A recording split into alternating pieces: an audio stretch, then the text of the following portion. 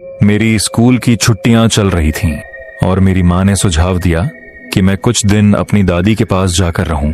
मैं मना नहीं कर सकी क्योंकि मेरी दादी के हाथ का खाना दुनिया में सबसे स्वादिष्ट था। मैंने अपना बैग पैक किया और माँ मुझे उनके अपार्टमेंट छोड़ गई। जब सोने का समय हुआ तो मैंने दादी से कहा, दादी मैं अब बड़ी हो गई हूं, मैं ऑफिस वाले सोफे पर ही सो जाऊंगी। वो मान गई।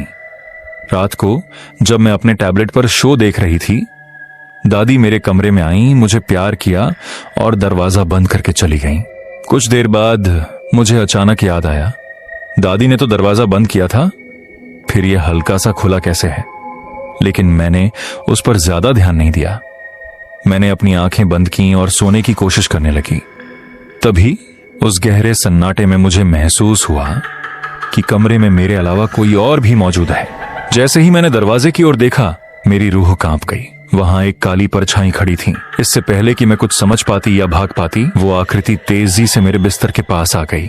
मैंने डर के मारे अपनी आंखें जोर से बंद कर लीं। मेरी आंखों में आंसू आ गए और तभी मुझे अपनी गर्दन पर एक गर्म सांस महसूस हुई। मैं घबरा कर बिस्तर से उछली और भागकर दादी के कमरे में घुस गई। कंबल के अंदर दुबक कर मैं पूरी रात चुपचाप रोती रही। मुझे बहुत पसीना आ रहा था, लेकिन मैंने सुबह होने तक कंबल नहीं हटाया।